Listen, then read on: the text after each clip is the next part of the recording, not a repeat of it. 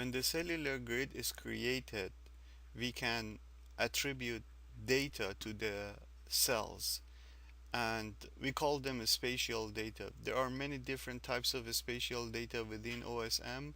Some of them are to represent the input, and some of them are to represent the output of the simulations.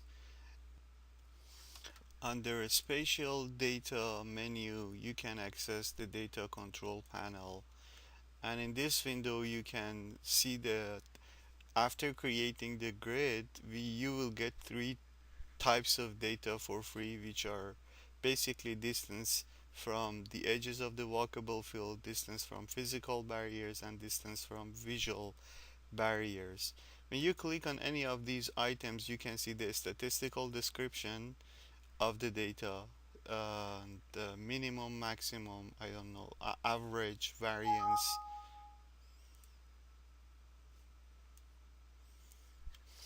and the distribution of the data.